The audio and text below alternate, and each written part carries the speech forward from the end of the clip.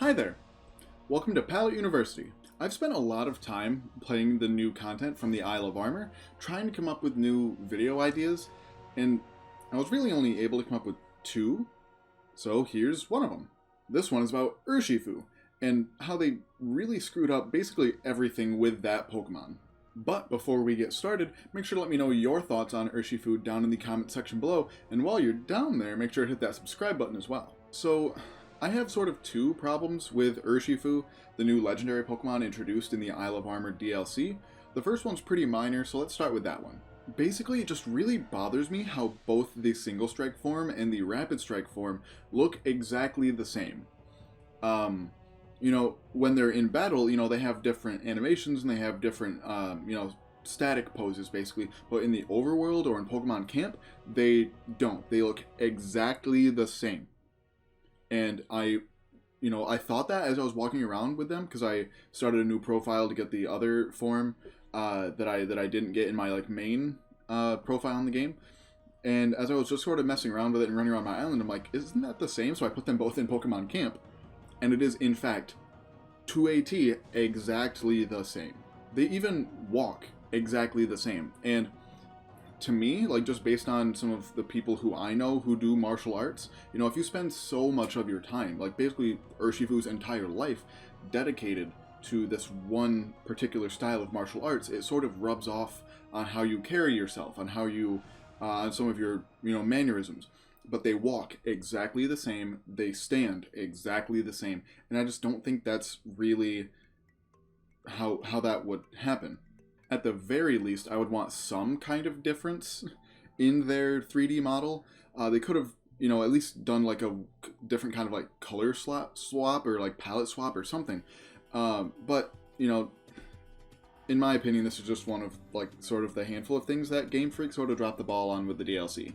Anyway, that one was relatively minor, and the second part gets a lot more deep.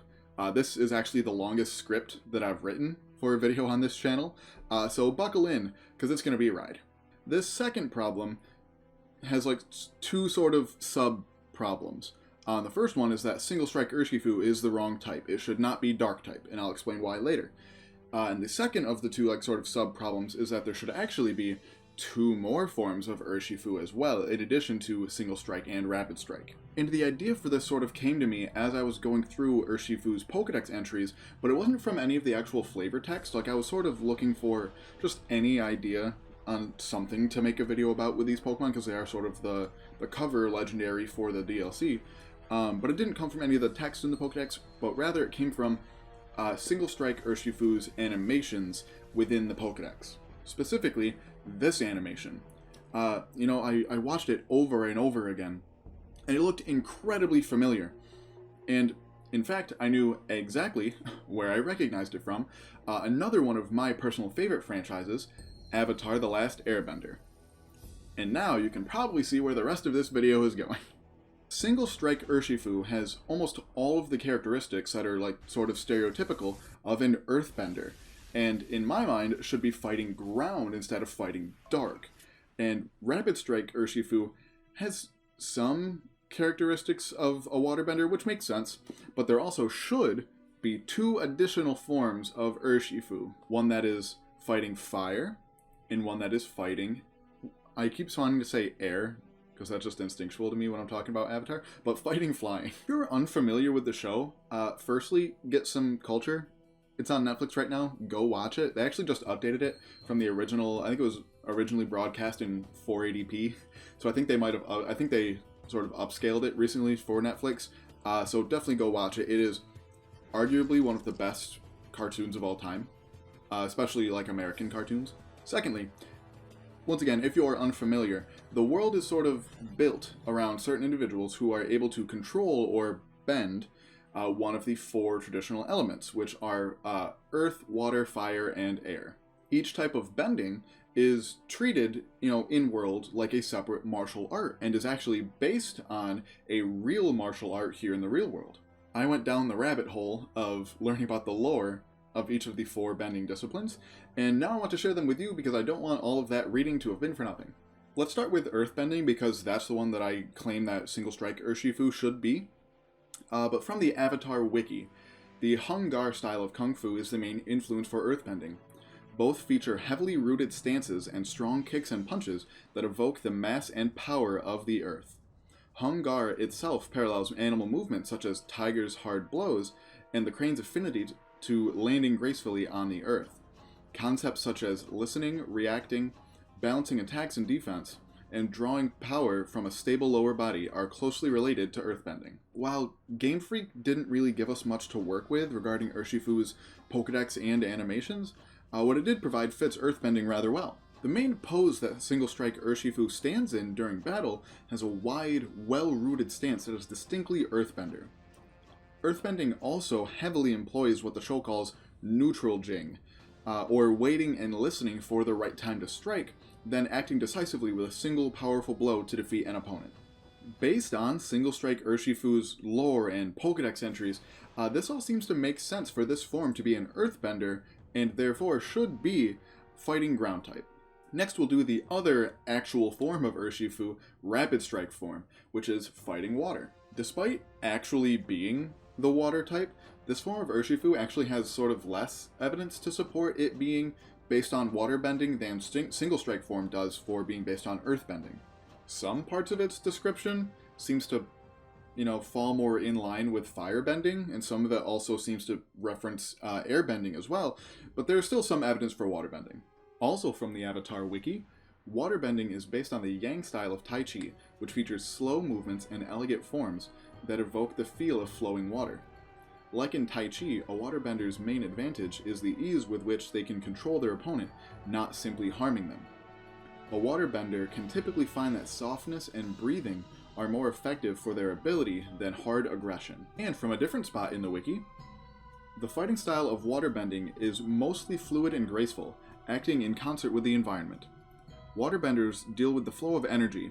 They let their defense become their offense, turning their opponent's own forces against them. Even when waterbenders do take an attack stance, their moves always appear to flow from one to the other. Rapid Strike Urshifu has some of these characteristics, but a lot of its lore and the data in the Pokedex just kind of says how it unleashes volleys of, quick, furious strikes, which is much more reminiscent of Firebending. However, information on Pokemon.com says, Urshifu in this form maintain a calm demeanor, observing their opponent and measuring their strength while dodging attacks. A Rapid Strike style Urshifu will use flowing movements in battle to smoothly parry an opponent's moves and then overwhelm them with a flurry of rapid strikes. That all sounds kind of pretty much like Waterbending to me, so Waterbending it is. Next, we'll talk about the Firebending Urshifu that should have been. Once again, from the Avatar wiki, Firebending is based primarily on the Northern Shaolin style of Kung Fu, which uses highly technical kicks, strong fundamental movements, and swift direct maneuvers. Northern Shaolin is an external style that uses long, aggressive techniques that explode and drive through the opponent, prioritizing one's legwork as opposed to the arms. A few techniques from Northern 7-star Praying Mantis style are also prominent. These martial art variants feature quick, successive attacks that utilize momentary bursts of extreme power, much like an explosion. It optimizes a strong, continuous offense, sacrificing defense for greater power, the principle behind preemptive strike. Those last few lines are what reminded me of Firebending from Rapid Strike Urshifu. Interestingly though, Firebending is the only one of the 4 bending disciplines that outwardly states that it uses different styles of martial arts for close range combat and long range combat. Long range Firebending uses a martial art known as Shaquan, which is known for its sort of extended long range movements.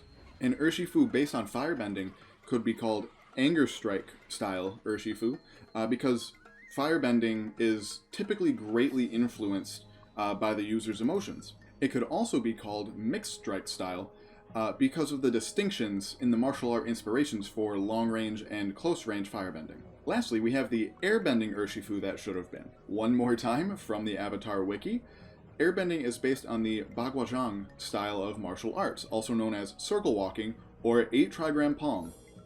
That one's for you, Naruto fans. Baguazhang involves smooth coiling and uncoiling actions. Such moves employ dynamic footwork, throws, and hand techniques. These martial arts feature swift, evasive maneuvers that evoke the intangibility and explosive power of wind. drawing energy from the center of the abdomen. Bagua is known for its constant circular movement, which makes it difficult for opponents to attack directly or land a blow, a philosophy that is prevalent within airbending as well. A common tactic is to maneuver behind an opponent and mirror their movements, preventing them from turning to face the practitioner. Airbending is typically seen as the most defensive form of bending, but not defensive in the way that Pokemon typically knows defensiveness, but instead it's rather that airbenders are defensive in the way that they just don't get hit at all, rather than just being able to take multiple hits. This form of Urshifu could be called passive strike style because of just the passive nature of airbending and the martial arts that it's based on. And this right here was going to be the end of the video, but sort of as I was working on the script, I thought, well, while we're talking about it, I might as well talk about one other sort of slight grievance that I had with Urshifu, in that both of the forms had the same stats. So I figured, why not sort of address multiple of those issues and do some color palette swaps, as well as changing around the stats and proposing stats for the two new forms of Urshifu that I've talked about, the Firebending form and the Airbending form. So here we have the stats for both the Single Strike and Rapid Strike form of Urshifu.